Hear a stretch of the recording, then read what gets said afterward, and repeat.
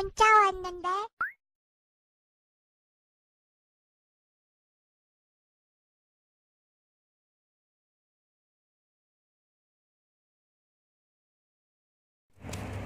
Selamat datang kembali di channel ZN. Admin berdoa agar kalian semua diberikan kesehatan ya, tanpa perlu banyak bacot. Mari kita mulai dan semoga kalian terhibur. Di cerita sebelumnya kita diperlihatkan ayah dan saudara Jiang Han. Ayah Jiang Han merupakan kepala keluarga Jiang. Kedatangan Jiang Han dan Ruxue dijadikan kesempatan oleh pamannya. Dia memprovokasi keluarga Jiang yang lain untuk mencopot kursi kepemimpinan kepala keluarga, yang juga merupakan saudaranya sendiri. Namun, Jiang Han mampu menyelesaikan masalah ini dengan cara membunuh paman dan anaknya, serta menunjukkan kekuatan garis keturunan naga leluhur di depan semua orang. Cerita kali ini dimulai dengan ayah Jiang Han yang berencana mengubur mayat saudaranya. Dia juga meminta agar Jiang Han memaafkan pamannya, karena meski pamannya membenci Jiang Han, tapi dia selalu setia pada keluarga Jiang. Jiang Han pun mengerti dan setuju untuk memaafkan pamannya. Kemudian kepala keluarga menghampiri Ruxue. "Menantuku, aku harus memberitahumu sesuatu." Ruxue pun mendengarkan dengan seksama apa yang akan dikatakan mertuanya. Dengan tegas, kepala keluarga mengatakan jika dirinya tidak mempermasalahkan pernikahan Jiang Han dan Ruxue. Akan tetapi, karena sekarang Jiang Han telah membangkitkan garis keturunan naga leluhur, maka keluarga Jiang tidak bisa dengan mudah melepas Jiang Han. Seakan mengerti dengan apa yang dimaksud ayah mertuanya, Ruxue langsung membungkuk. Dia mengatakan bahwa sekembalinya nanti ke rumah, dia akan memberitahu ayahnya bahwa pernikahan akan dilanjutkan tanpa menggunakan nama keluarga Jiang. Namun, mertuanya langsung tertawa mendengar pernyataan dari Ruxue. Ruxue pun terlihat bingung. Dia menanyakan maksud dari mertuanya. "Aku ingin tahu, apakah kau bisa berjanji untuk menjadi seorang ibu? Aku ingin kau memiliki 2 putra dengan Jiang Han. Salah satunya bisa menggunakan nama keluarga Yan, dan satu lainnya haruslah menggunakan nama keluarga Jiang kami." Muka Ruxue langsung memerah karena malu. Lalu Jiang Han datang menghampiri mereka berdua. Dia berkata, "Jika ini yang diharapkan ayah, tentu kami akan berusaha semaksimal mungkin untuk menyelesaikan keinginan ayah. Benar begitu kan, istriku?" Ruxue hanya merinding mendengar hal itu. Dia juga mengiyakannya dengan tubuh gemetar. Kakak Yu juga menghampiri mereka. Dia mengatakan kepada ayahnya agar tidak terlalu lama berada di luar, karena racun di tubuh ayahnya masih belum dapat disembuhkan. Jiang Han yang khawatir bertanya kepada ayahnya bagaimana kejadian itu bisa terjadi. Ayahnya bercerita jika dulu ketika Jiang Han pergi meninggalkan keluarga, ayahnya juga pergi untuk mencarinya. Tetapi dia tidak sengaja bertemu salah satu kepala suku bandit Hei Fengzai. Dan pada akhirnya dirinya terluka oleh racunnya. Ayahnya menasehati Jiang Han agar tidak terpancing oleh kemarahan. Dia juga menjelaskan bahwa ke-8 saudaranya yang lain juga sangat kuat. Mereka memiliki 1000 pasukan bandit, dan itu bukanlah kekuatan yang kecil. Sambil tersenyum, Jiang Han mengatakan untuk tidak terlalu khawatir, karena cepat atau lambat mereka semua akan mati. "Oh iya ayah, aku lupa. Jika 9 bersaudara kepala suku He Fengzai sekarang hanya tersisa 4 orang saja." Ayahnya kaget dong. Kemudian Jiang Han kembali menenangkannya. Dia juga menjelaskan jika dirinya lah yang membunuhnya. Bukannya tambah tenang, ayah Jiang Han kembali terkejut karena anaknya sudah menjadi begitu kuat sekarang. Lalu Jiang Han mengajak ayahnya ke dalam rumah. Dia mengatakan akan segera menyembuhkan ayahnya.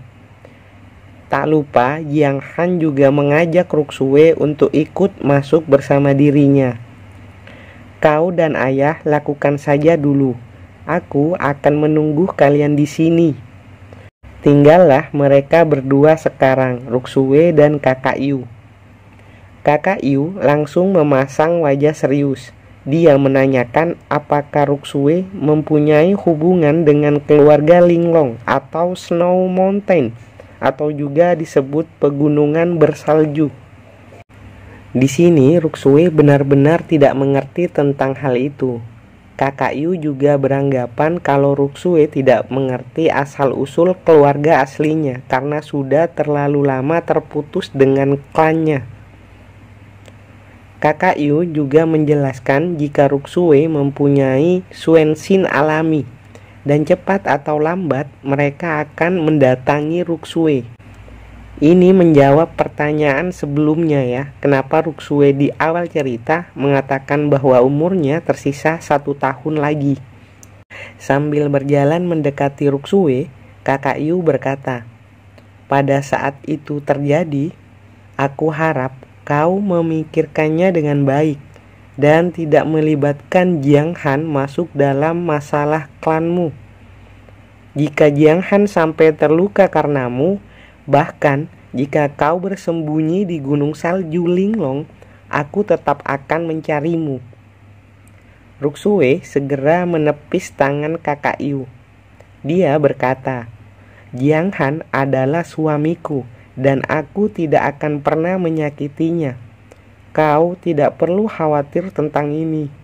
Sebelum Ruksue pergi dari tempat itu, Kakak Yu kembali berkata, aku harap kau bisa memenuhi janjimu, karena aku khawatir tidak dapat membantumu nanti.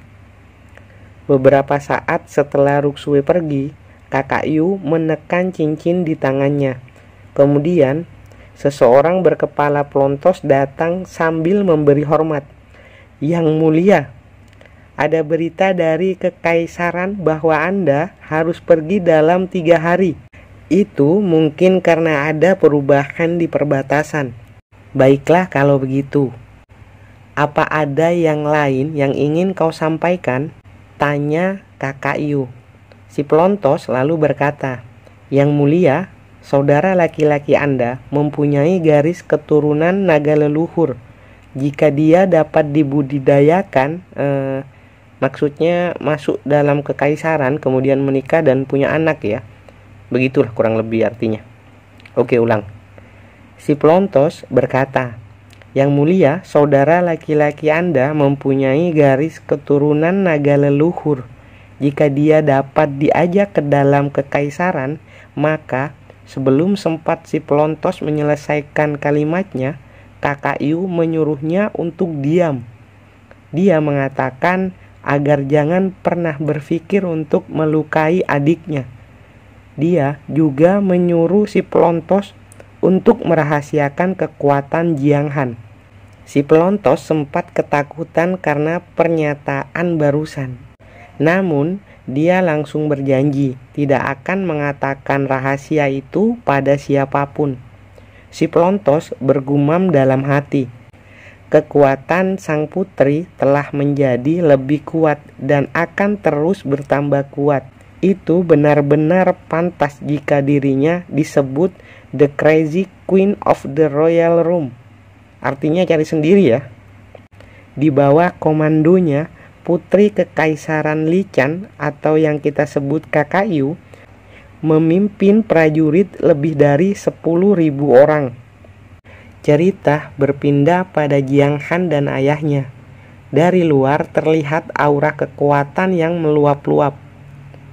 Ternyata Jiang Han sudah mengeluarkan racun yang berada pada tubuh ayahnya. ditambah dengan basis kultivasi ayahnya yang juga telah dipulihkan. Setelah itu, Jiang Han memberikan banyak pil yang berkualitas dan buku pelatihan untuk ayahnya. Kemudian kakak Yu mendatangi mereka. Dia juga sebenarnya telah menyiapkan pil untuk ayahnya. Namun melihat Jiang Han yang sudah banyak memberi pil, pada akhirnya kakak Yu mengurungkan niatnya. Kakak Yu mengatakan, sekarang Jiang Han sudah memiliki keterampilan yang cukup bagus. Jadi aku bisa kembali ke ibu kota kekaisaran dengan tenang. Jiang Han segera menghampirinya. Dia menanyakan kebenaran kakak Yu yang akan meninggalkannya lagi. Hei adikku, kali ini kau mau menahanku untuk pergi, ujar kakak Yu sambil menggoda Jiang Han. Apa yang akan kau perbuat untuk menahanku agar tidak pergi? Apa kau mau memegang kakiku? Atau pinggangku juga akan kau pegang? Jiang Han yang merasa susah bernafas akibat ulti dari kakaknya langsung mengatakan tidak memilih keduanya. Dengan gaya seperti ini, kakak Yu mengatakan pada Jiang Han untuk menunggunya kembali. Gimana nih teman-teman? Masih dibilang saudara? Setelah itu kakak Yu pergi meninggalkan Jiang Han untuk kembali ke ibu kota kekaisaran. Sebelum benar-benar pergi, kakak Yu memandangi rumahnya dari atas pohon, disusul oleh si pelontos yang juga bersiap untuk pergi. Duniaku terlalu berbahaya, dan aku tidak akan menarik Jiang Han masuk ke dalamnya. Sekarang waktunya mengambil kembali pasar pil milik keluarga Jiang, ucap Jiang Han dengan wajah serius. Terlihat toko obat keluarga Jiang yang dipadati oleh banyak orang. Mereka rela berdesak-desakan untuk membeli pil di toko tersebut. Di sisi lain, Fu Yue dan ayahnya tertekan dengan keadaan pasar saat ini. Dengan menurunnya pembeli di tokonya, maka otomatis pendapatan juga menurun. Dan keluarga mereka rugi besar. Dapat dikatakan kalau keluarga Lin kalah bersaing dengan keluarga Jiang. Sedikit penjelasan ya. Karena ide dari Jiang Han, keluarga Jiang berhasil memonopoli pasar pil di kota Piaksui. Dia menjual pil dengan kualitas terbaik dan menjualnya dengan harga murah. Kurang lebih seperti itu ya. Sarjana marketing yang lebih tahu lah. Kemudian datanglah keluarga Zhang. Mereka adalah Zhang Hen, ayahnya dan kakaknya yang bernama Zhang Feng. Mereka pun disambut baik oleh ayah Fu Yue selaku kepala keluarga Lin. Di sini, Zhang Hen menceritakan kakaknya yang sudah belajar di Akademi Tiang Feng selama 3 tahun. Dan saat ini kultivasinya berada di tingkat master, di usianya yang genap 20 tahun. Zhang Hen juga menceritakan jika dirinya kini sudah di tingkat alam Tongmai tahap kedua karena bantuan dari kakaknya. Zhang Feng mendekati ayah Fu Yue dan mengatakan jika dirinya memiliki rencana untuk menghancurkan keluarga Jiang. Cerita kembali pada Jiang Han. Dia saat ini terlihat sedang melatih prajuritnya. Kemudian salah seorang prajurit mendatangi Jiang Han. Prajurit itu menjelaskan jika kondisi untuk saat ini keluarga Lin ditinggalkan oleh keluarga Zhang, dan keluarga Zhang bergerak secara diam-diam dan mengirim orang untuk membeli obat dengan berbagai identitas. Lalu prajurit tersebut menjelaskan kondisi prajurit Jiang Han. Jadi karena susunan komiknya agak ngaco, admin coba jelaskan dengan bahasa admin ya. Jadi Jiang Han sekarang memiliki 300 prajurit yang diberi nama tentara Black Armor. Prajurit-prajurit tersebut Jiang Han dapatkan dari hasil meminjam pada keluarga Yan. Oke lanjut. Prajurit itu mengatakan Jika dari 300 tentara Black Armor, 130 diantaranya sudah di pengumpulan Ki tahap ke-9. Kemudian 12 tentara sudah berada di alam Tongmai tahap pertama, dan 1 orang sudah berada di tingkat alam Tongmai tahap kedua. Jiang Han berkata, lebih dari sebulan 70.000 koin emas kugunakan untuk memperkuat tentara Black Armor, dan ternyata masih ada 100 orang lebih yang belum mencapai pengumpulan Ki tahap 9. Lalu dengan cambuknya dia berteriak pada prajuritnya, tidak ada yang diizinkan tidur hari ini, dan aku akan memberi kalian waktu selama 5 hari untuk mencapai tingkat pengumpulan Ki tahap ke-9. Dan juga harus ada lebih dari 50 orang lagi yang mencapai tingkat alam Tongmai. Jika tidak, kalian secara acak akan kupilih untuk menemaniku latihan dengan menggunakan mode naga. Keluarga Zhang dan keluarga Lin ternyata berani juga. Jadi, mari kita sentuh mereka. Cerita kembali berpindah pada 2 saudara ini, Zhang Hen dan Zhang Feng. Mereka berdua mendapatkan informasi jika Jiang Han telah melakukan perjalanan untuk mengambil bahan obat. Dia harus mengambil sendiri bahan obat tersebut. Dikarenakan bandit Hai Fengzai sudah mulai bergerak di banyak tempat, hal itu memaksa Jiang Han untuk melakukan perjalanan sendiri. Kemudian Zhang Feng memerintahkan adiknya untuk mengirim undangan makan pada Ruxue. Dia berniat menyadarkan Ruxue kalau pilihannya menikah dengan Jiang Han itu salah.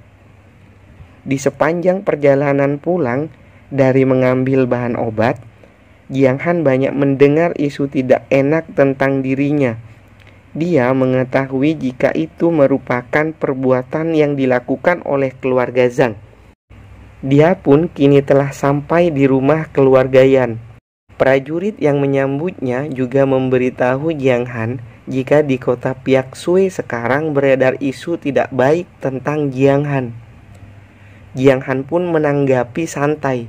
Dia juga mengatakan bahwa mereka yang merencanakan hal itu akan menerima nasib buruk karena telah menyinggung orang yang salah. Sesampainya di dalam, Jiang Han segera menemui mertuanya. Entah kenapa wajah ayah mertuanya terlihat kesal. Ibu mertua bertanya, Jiang Han, kau sudah datang ya? Kenapa kepergianmu begitu lama? Jiang Han menjawab, aku hanya takut ayah mertuaku sakit hati jika aku terus berada di sini. Tuan kota langsung menimpali, kau menghilang begitu lama, dan kau harus tahu berapa biaya yang aku habiskan untuk melatih pasukan. Dalam sebulan, mereka menghabiskan 70.000 emas untuk menaikkan tingkat kekuatannya. Dan jika bukan karena ibu mertuamu, aku tidak akan setuju dari awal. Oke, sampai di sini sudah terjawab ya alasan mertuanya kesal. Jiang Han pun langsung memuji ibu mertuanya. Dia mengatakan kalau ibu mertuanya terlihat semakin muda dan cantik. Ibu mertuanya ternyata senang akan hal itu. Berbeda dengan Ruxue yang bergumam, dasar lidah lancip. Lalu suasana tiba-tiba menjadi serius saat ayah mertuanya berkata, Jiang Han, apa rencanamu untuk keluarga Zhang dan keluarga Lin? Apakah keluarga Yan harus menyerangnya? Ditambah dengan bandit Hai Fengzai yang kekuatannya sudah menurun. Bisakah keluarga Jiangmu melawannya? Dengan santai Jiang Han menjawab, ayah mertua, yakinlah dan percayakan itu semua padaku. Sambil menyodorkan sebuah lencana pada Jiang Han, tuan kota berkata, ini tanda kau akan memimpin 3.000 pasukanku. Ada banyak jumlah bandit Hai Fengzai yang masih tersisa. Setidaknya sisakan sekitar 500 prajurit untuk menjaga kota Piaksue. Ruksue juga langsung menimpali, "Ayah, aku bersedia memimpin tentara pada saat itu tiba, dan aku akan bertarung sampai mati dengan para bandit Heifengzai." Jiang Han yang mengerti jika Ruksue ingin melindungi dirinya, dia langsung mengembalikan lencana tersebut. Jiang Han berkata, "Terima kasih ayah mertua sudah sangat baik kepadaku. Namun, aku tidak membutuhkan begitu banyak prajurit keluargayan. Dan Ruksue sebagai istriku tidak harus ikut bertarung. Aku hanya akan meminjam 500 orang prajurit keluargayan dan ditambah dengan 300 pasukan Black Dragon. Setelah menghabiskan begitu banyak uang, aku akan membiarkan ayah mertua melihat hasilnya. Dan jangan sampai ayah mertua tidak tidur karena sakit hati dengan penolakanku barusan." Mendengar itu, penguasa kota hanya bisa memegangi kepalanya dan menyuruh Jiang Han untuk segera pergi dari tempat tersebut. Kemudian Jiang Han merangkul Ruksue dan mengatakan akan membawanya pergi. Ruksue bertanya, "Apa yang harus aku lakukan?" Ditanya seperti itu, Jiang Han menjawab, "Oke, kalau begitu beri aku seorang putra."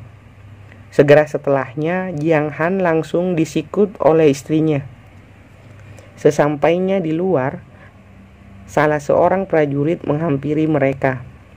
"Lapor tuan, saya mendapatkan sebuah undangan yang dikirim oleh pelayan dari keluarga Zhang untuk Nyonya Ruksue.